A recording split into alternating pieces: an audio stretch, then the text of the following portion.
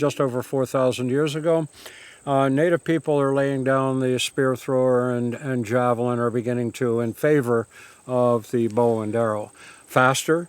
The environment's changing. And the environment's changing. So you're no longer in these large grassy open lands where atlatls are very advantageous.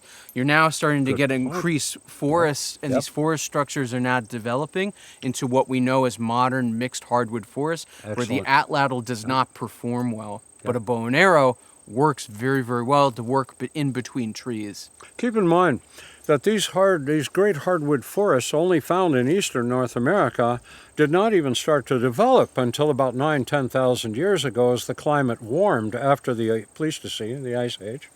And so here, really, in the mid-Atlantic region, this was not hardwood forest. This was grassland with scattered clumps of conifer trees. And then as the climate began to warm even more, you have the hardwood trees, the seed, fruit, nut-producing plants increasing in number and becoming dominant eventually. And what we know is that the bow and arrow survives for an incredibly long time. Daniel said well into historic period. The latest I know bows and arrows are being used, at least that we can document, is around the 1770s with the Stockbridge Mohicans, who were a Native American militia unit in the Revolutionary War. The Battle of Kings Bridge, where that unit really suffered a major defeat and largely fell apart. There's an image of a Stockbridge Mohican man with a musket in one hand and a bow and arrow over his shoulder. So we know that bows and arrows are being used well into the end of the 18th century and continue into the 19th century in other parts of North America. The gun that I'm holding here is a smoothbore gun. It is a Type II Dutch trade musket, period correct for around the 1640s to about the 1660s. What we know is that Europeans bring a variety of things. They bring things such as brass kettles, glass beads, hawkbells, mouth harps, knives, alcohol, and they also bring firearms. We don't really see on the Eastern Shore till about the end of the 1640s into about the 1650s. We don't really see people adopting firearms around that. One of the reasons why firearms such as this Dutch trade musket would have become prolific and predominant in the area is for a couple unfortunate factors.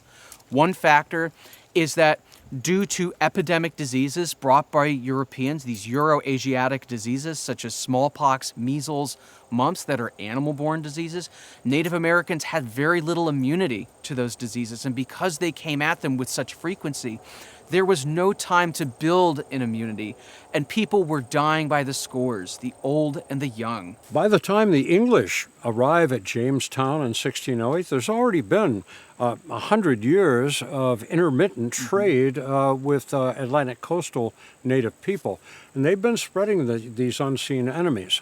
Okay, regarding the ability to continue these traditional handcrafts, if you will, or handmade items, who are the first to go when epidemics sweep through your villages? The very young and the very old.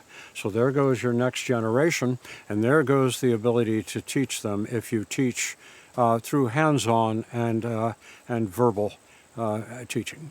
You have to learn to build a bow and arrow. As Daniel said, from the time you're 4 to 5 years old, you have to learn to build that bow and arrow. This firearm comes completely manufactured from Europe to you in your hands. All you have to do is learn to point and shoot. We know that firearms by the 1670s become endemic with Native Americans, particularly in Maryland. In order to make this firearm work, this is an internal flintlock. There's no dog. This was built by Leonard Day in the early 1990s. All the pieces of this gun are based off of historical pieces of Dutch trade guns found throughout the larger Northeast, the Susquehanna River, as well as parts of New England. And how this lock works, it's an internal flintlock. So you turn it, the cock, I can now load it into this priming pan here, closing my battery or frizzen. I then take my charge and I would pour my gunpowder into the barrel, putting down my round ball or my buckshot, which is made from lead. We know through multiple archaeological finds that Native Americans were producing their own shot molds, and they were also requesting shot molds, and they were requesting lead, and they were requesting powder. And there have been recovered these soapstone shot molds where Native people are pouring lead into these shot molds. So I put my shot, my powder and my shot into my barrel. I take my ramrod, or scouring rod as it was called in the period, and as the command says, to ram ho. And I ram that down, returning the scouring rod to the firearm. I then pull to half cock, and what will happen, this will strike the battery, creating a spark. The battery, or frisson as it's called in French, coming from the French word friser, which means to spark. Bijan frisé, if that name sounds familiar. This will spark, igniting the powder in the pan, which will then ignite the powder that's in the charge, forcing the projectile to move forward. All you'd have to do as a native person is learn how to use this from a trader, an ex-soldier. There were many ex-soldiers and soldiers for hire, mercenaries that were throughout colonial America. And all of those people, depending on who was friend and who was foe at the moment, could teach you how to use this firearm. In Helen Roundtree's Indians of the Eastern Shore, she says by the 1690s, every Indian on the Eastern Shore would have had a match coat made of woolen stroud cloth, and they would have had a musket. They would have had a firearm.